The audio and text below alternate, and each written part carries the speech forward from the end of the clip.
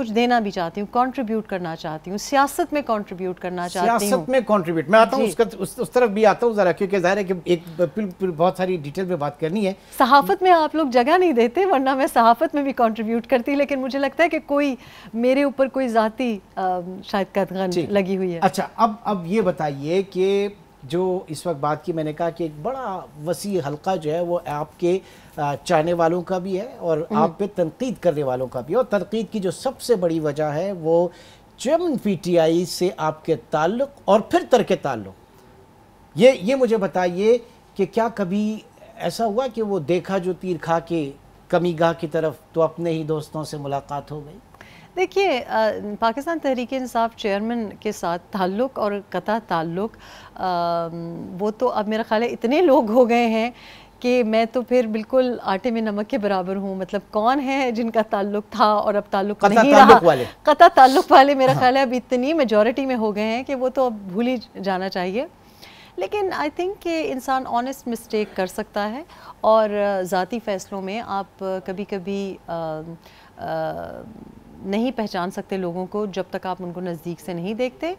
لیکن میں اس کو ایز اے لرننگ ایکسپیرینس دیکھتی ہوں, ایز اے لائف لیسن سمجھتی ہوں, اور میں یہ بھی سمجھتی ہوں لائک اے سر کہ آئی بلیو ان ڈیسٹنی, کہ کچھ چیزیں آپ کو ایکسپیرینس شاید کرنا آپ کے لیے قسمت میں لکھا ہوتا ہے, اور شاید آپ کا انتخاب اس وجہ سے قدرت کرتی ہے کہ آپ وہ دیکھ سکتے ہیں, آپ وہ سہ سکتے ہیں, اور آپ پھر وہ بیان کر سکتے ہیں. آئی ایکچولی ڈو فیل کہ that is very much something that I was meant to do, unpleasant as it might be.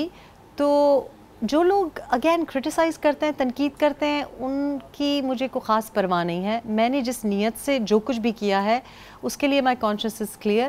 اور اس کے علاوہ یہ بھی ہے کہ میں نہیں توقع کرتی تھی کہ جو بھی میں بولوں گی یا کہوں گی تو اس کے لیے مجھے کوئی پھولوں کے ہار ملیں گے. I was very aware کہ لوگوں کو میری بات اچھی نہیں لگے گی. لیکن دیکھیں 5 سال پہلے پھر رسک کیوں لیا اتنا بڑا؟ اس لیے بیکاز آئی بلیوڈ کہ I was doing the right thing, and that's very important to me کہ آپ بلیو کریں کہ یہ صحیح ہے اور یہ غلط ہے, اور آپ اصلاح کے طور پہ ایک قدم اٹھائیں. اور اب دیکھیں کہ 5 سال پہلے اگر میں لوگوں کی بات سنتی کہ آپ یہ مت کریں یا آپ کی جان کو خطرہ ہے, آپ کو اڑا دیا جائے گا, تو آج وہ تمام لوگ جو اس وقت مجھ کو کہہ رہے تھے کہ آپ یہ مت کریں, تنقید کا نشانہ بنا رہے تھے, ڈیتھ تھریٹس دے رہے تھے, آج وہ سب یہ کہہ رہے ہیں کہ ریحام خان کہتی تو صحیح تھی. اور میں یہ اس وقت توقع نہیں کرتی تھی کہ اتنی جلدی سب پہ سارے راز خود ہی فاش ہو جائیں گے, خود ہی ثبوتوں کے ساتھ چیزیں پروو ہو جائیں گی, یا خود چور خود اپنے کو پکڑوا لے گا. لیکن آئی تھنک کہ when you do the right thing تو سچ باہر آتا ہے, حقیقت سب پہ آشکار ہو ہی جاتی ہے. تو آئی ڈو بلیو کہ چاہے جو کچھ بھی ہو. لیکن تجربہ بڑا تلخ رہا, قیمت بڑی ادا کی.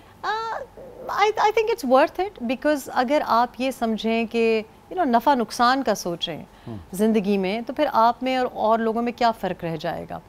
میں سمجھتی ہوں کہ جو میں نے کیا صحیح کیا, اور جو میری ٹائمنگ تھی اس وقت کہ اس وقت کیا وہ بھی صحیح تھا. آج تو سب لوگ بول رہے ہیں, آج تو سب لوگ بول رہے ہیں, تو اب تو it's easy to take this step. بارش کا وہ پہلا قطرہ بنیا, لیکن اس وقت مشکل تھا. تو آپ ایسا نہیں ہو سکتا کہ جب آسان ہے تو تب آپ کی زبانیں کھل رہی ہیں, جب آپ کے مفاد کو سوٹ کرتا ہے. بات تو تب ہے کہ جب آپ کے مفاد کو نہ سوٹ کرتا ہو, مشکل ہو, دقت ہو, آپ اکیلے ہوں. بات تو وہ ہے نا, دم تو آپ میں تب ہے کہ تب آپ ایسا قدم اٹھا سکیں, تب آپ زبان کھول سکیں, جبکہ سارے لوگ ایک طرف ہیں اور آپ تنہا ہیں. لیکن جو تنقید کرتے ہیں وہ یہ بھی کہتے ہیں کہ اس وقت وزارت عظمیٰ بھی نہیں ملی تھی. ہو سکتا ہے کہ اگر اس وقت وہ بام عروج پر ہوتے, وزارت عظمیٰ پہ ہوتے, تو شاید ریحام خان بھی تھوڑی سی چینج ہوتی. نہیں, ایسی بات نہیں ہے, کیونکہ اگر آپ دیکھیں کہ جو کتاب پبلش ہوئی ہے وہ تو وزارت عظمیٰ ملنے کے بعد پبلش ہوئی ہے, 31 اگست 2018 کو ہوئی ہے. اور جو خود مہربانی کی پی ٹی آئی نے, جو خود اس کی پبلسٹی کی, وہ انہوں نے الیکشن سے پہلے کی. ان کی میں ظاہر ہے بہت مشکور ہوں, کیونکہ وہ پبلسٹی میں تو خود افورڈ نہیں کر سکتی تھی. تو جو مارکیٹنگ اتنی محنت کی, جو مارکیٹنگ پوری محنت کی, ریسرچ کی, چیزیں جمع کی, سوانح عمری لکھی, شائع کی, سب کچھ کیا, اگلوں کے جو ہے 2-4 پنے آ گئے, وہ آ کے چھا گئے ڈائری کے. دیکھیے بات یہ ہے کہ کچھ چیزیں میرا خیال ہے اس کے بارے میں تو بات جتنی کم کی جائے بہتر ہے. لیکن آئی ڈونٹ تھنک کہ اب یہ جو ڈائری کی بات آئی ہے تو بات یہ ہے کہ عجیب اس میں بات جس کے اوپر لوگوں کو شاید ڈسکشن کرنی چاہیے وہ یہ ہے کہ وہ لوگ جو ایک ہینڈ ریٹن ڈائری, اگر وہ ڈائری انہی کی ہے, ہمیں نہیں پتا, مجھے کم از کم نہیں پتا, اور جس قسم کی ہینڈ رائٹنگ میں وہ آئی ہے اور جو باتیں لکھی گئی ہیں, اگر اس طرح سے ایک شخص, کوئی خاتون خانہ, گھریلو خاتون پارٹی چلا رہی ہیں یا ملک کا جو کس طرف ملک جا رہا ہے سمت طے کر رہی ہیں, تو خدا نہ خواستہ یہ حکومت میں جب تھے تو کیا ہم ایسا رسک لے سکتے ہیں؟ سو آئی تھنک کہ یہ بات ان کو کہنا کہ جی وہ ڈائری لکھ رہی ہیں یا کیا کر رہی ہیں, واٹ ڈز دیٹ سے about the chairman of P T I? Because دیکھیں ووٹ اہلیہ کو نہیں ملتا, ووٹ بہن کو نہیں ملتا, ووٹ نہ رائٹ سائڈ پہ کون کھڑا ہے نہ لیفٹ سائڈ پہ کون کھڑا ہے, ووٹ اس کو ملتا ہے جو کہ لیڈر بنا ہوا پھر رہا ہے, جو کہ چیئرمین ہے, جو سی ای او ہے. ٹھیک ہے, آج ہم آپ کو کوئی غلطی کرتے ہیں, آج اس پروگرام میں اگر کوئی غلطی ہوتی ہے تو آپ جواب دہ ہوں گے because you are the face, right. کسی کو کیا پتا کہ جی لکھا کس نے تھا یا کیمرہ مین کون تھا, you are going to be accountable. So یہ بات کرنا کہ آئی تھنک کہ کسی کو بھی اسکیپ گوٹ کرنا اس وقت صحیح نہیں ہے. Ultimately the book should stop at the leader. ٹھیک, ریحام خان اس وقت ہمارے ساتھ موجود ہیں اور بہت ساری چیزیں ہمیں ان سے ڈسکس کرنی ہے, سیاست کے حوالے سے, پروفیشنل لائف کے حوالے سے. ایک چھوٹے سے بریک کی کال ہے, بریک کے بعد دوبارہ ملتے ہیں.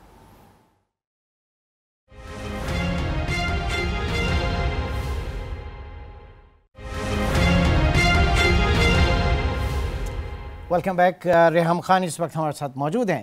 ریحام, آپ پاکستان کی سیاست کو آپ دیکھ رہی ہیں, یہ بتائیے پچھلے, بلکہ آپ تو مجھ سے پوچھیں میں بتاؤں گا کہ آپ کو کہ پچھلے 5 سالوں میں اس قوم نے 2 حکومتوں کو جھیلا ہے, لٹرلی جھیلا ہے, اور دونوں حکومتوں نے وعدہ کیا تھا کہ عوام کو بڑا ریلیف ملے گا. بڑی مایوسی ہوئی.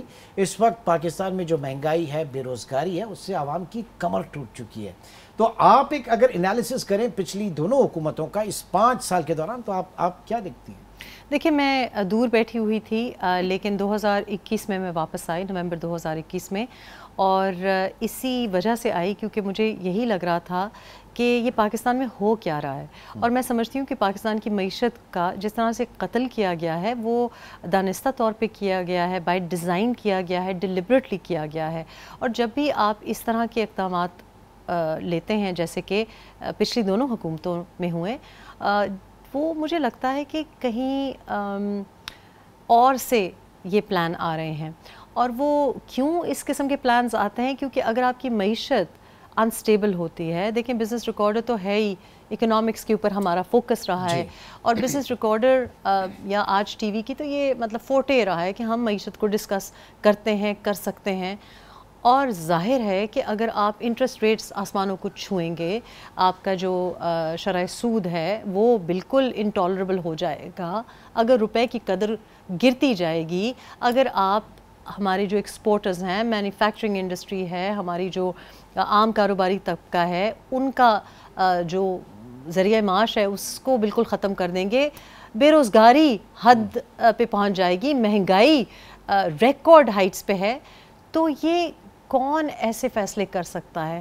وہ لوگ فیصلے کر سکتے ہیں جو کہ شاید لانگ ٹرم سوچ نہیں رکھتے. اب آج ہم 14 اگست میں 2 دن باقی ہیں, انشاءاللہ ہم وی آر رینیوئنگ ایک اپنا پلیج, اپنی قوم کا, اپنی ریاست کا, اپنی آزادی کا ہم ری افرم کرتے ہیں.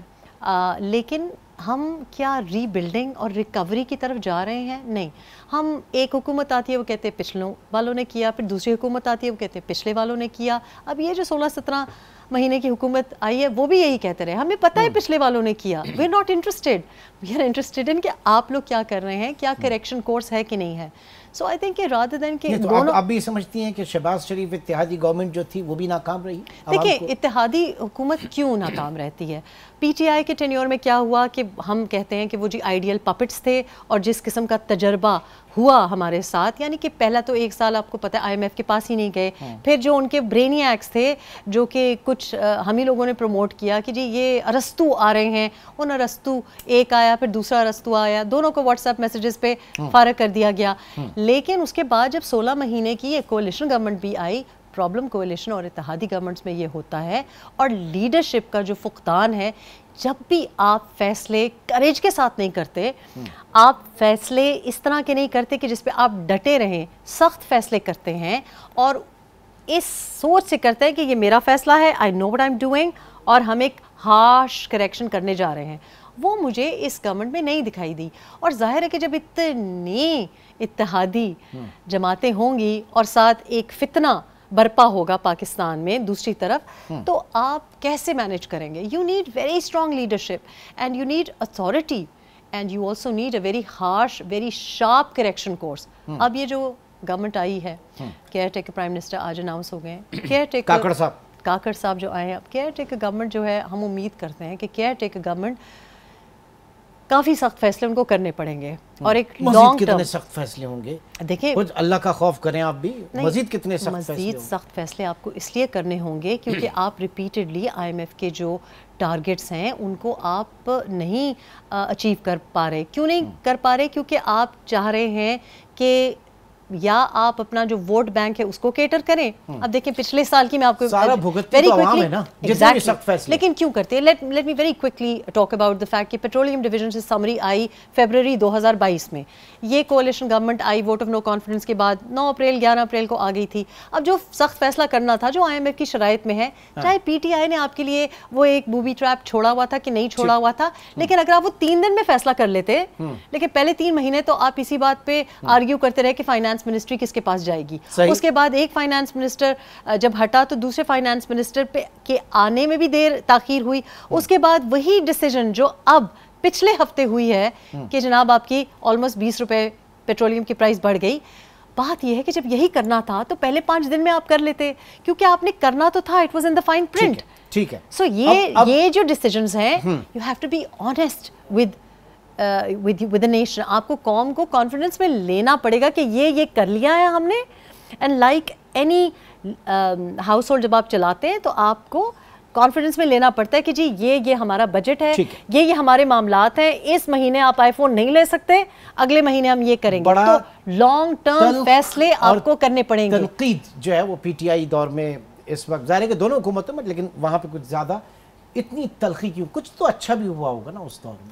دیکھیں پی ٹی آئی کے ٹینیور میں آپ کو سچ بتاؤں, میں آنیسٹلی ایک چیز مجھ کو اچھی دور سے اس کا امکان دکھائی دیا تھا. وہ آپ کو یاد ہے وہ جو کامران ماموں کا لڑکا جس نے سعودی اور یو اے ای اور یہاں وہاں سے ہمارے جو پشتون بھائی ہیں جو مزدوری کرتے ہیں ان کو واپس لانا تھا, جو کہ جیلوں میں وہاں پہ بیچارے بہت چھوٹے چھوٹے کرائمز کے لیے, کرائم بھی نہیں آپ کہہ سکتے اس کو, ویزا وائلیشن کی وجہ سے وہ جیلوں میں ہوتے ہیں, وہ بھی ہم نے نہیں دیکھا. تو لٹرلی آپ اگر دوربین لے کے یا مائکروسکوپ لے کے ڈھونڈیں تو مجھے بہت دقت ہوتی ہے یہ ڈھونڈنے میں کہ کیا اچھا کیا پی ٹی آئی کے ٹینیور نے. اور پھر ٹال پرومسز 90 دن میں یہ ہو جائے گا.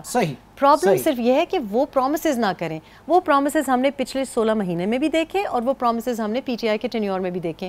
وہ فیصلے نہ کریں, پلیز بی آنیسٹ. ٹھیک. اچھا, اب تو اسٹیک ہولڈرز اور بڑھتے جا رہے ہیں. ترین صاحب جو ہیں وہ بھی ان ایکشن آ گئے اور استحکام پاکستان پارٹی, پھر پرویز خٹک صاحب اپنی پاکستان تحریک انصاف پارلیمنٹیرینز. پی ٹی آئی کا کیا مستقبل ہے؟ چیئرمین پی ٹی آئی کا کیا مستقبل؟ دیکھیے P T I that was propagated, جس کے اشتہار چلے تھے, جو دنیا میں جس کو بہت زیادہ کیا کہنا چاہیے مارکیٹنگ اور برانڈنگ ملی تھی, وہ پی T I was P T I chairman. وہ ایک شخص تھا, اور اگر وہ نہیں ہے شخص تو دیر از نو پی ٹی آئی. الٹیمیٹلی جو شخص ووٹ اٹھاتا ہے اس کو کیمپیننگ کرنی پڑتی ہے. یہی پرابلم تھا پی ٹی آئی میں کہ it was never a party, it was a one man show.